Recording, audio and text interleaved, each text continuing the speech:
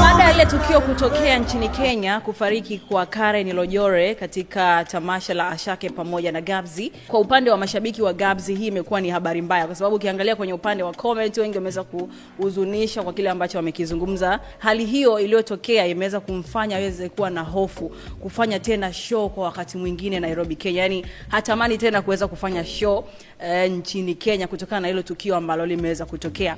I've heard the news about what's happened at the festival, and my heart goes out to the family, the friends. I couldn't imagine what you guys are going through right now.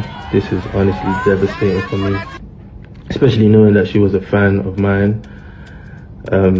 I just want to say, if there's anything I can do to help or support, please let me know, and may her soul rest in peace.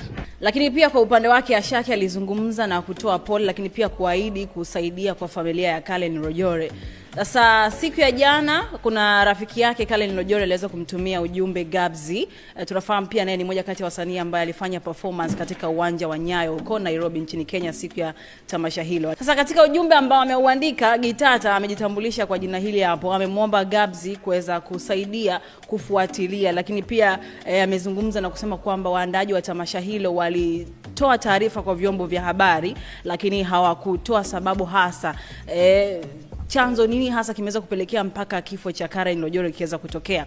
Lakini pia aliweza kumwambia aweze kusimamia ili haki iweze kupatikana, na hatamani pia kuweza kuona familia nyingine ama watu wengine wanaweza kupata maumivu.